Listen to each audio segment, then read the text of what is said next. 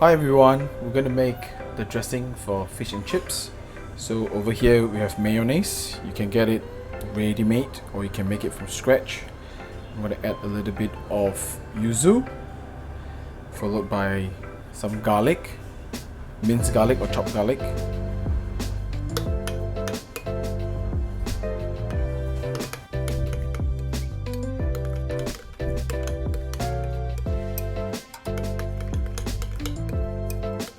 Next, we are going to make the coleslaw. So I've chosen a few vegetables: cabbage, carrot, celery, some nuts for textures, and red dates. So you can choose any type of vegetable you want. We're going to season with a bit of salt and pepper. I'm going to pour in all our vegetables to mix inside.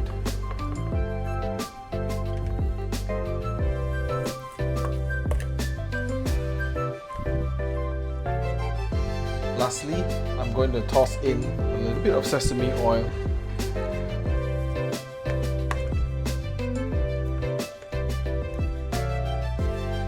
For our chip, we're going to use sweet potato fries. I'm using just ready-made frozen fries. You can always make your own fries if you want to.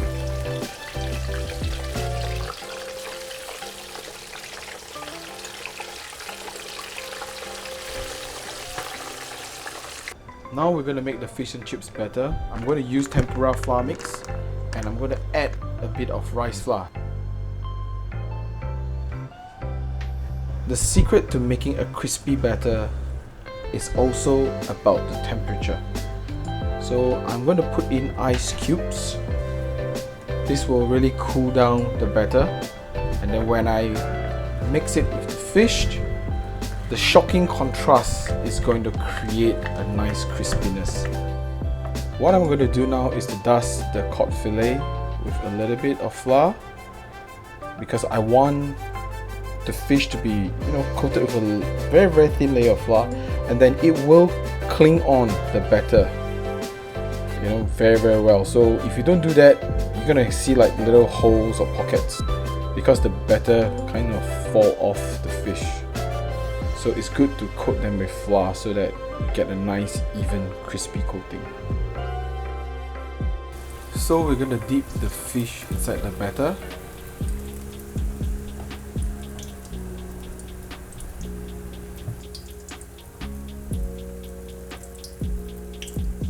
Make sure the temperature of the oil is hot.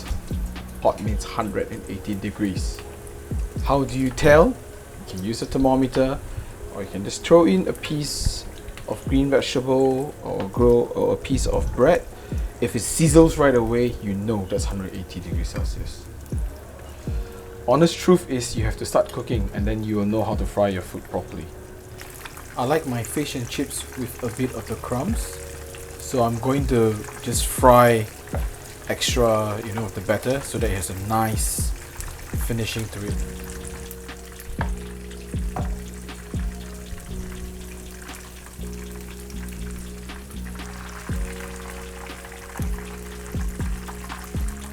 An extra note to share: remember not to fry it at an extreme high heat.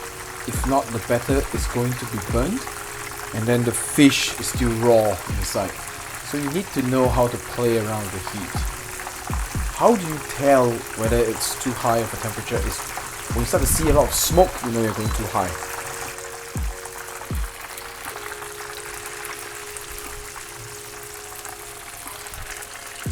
Don't forget to remove the crumbs as well. I'm going to let you hear the sound.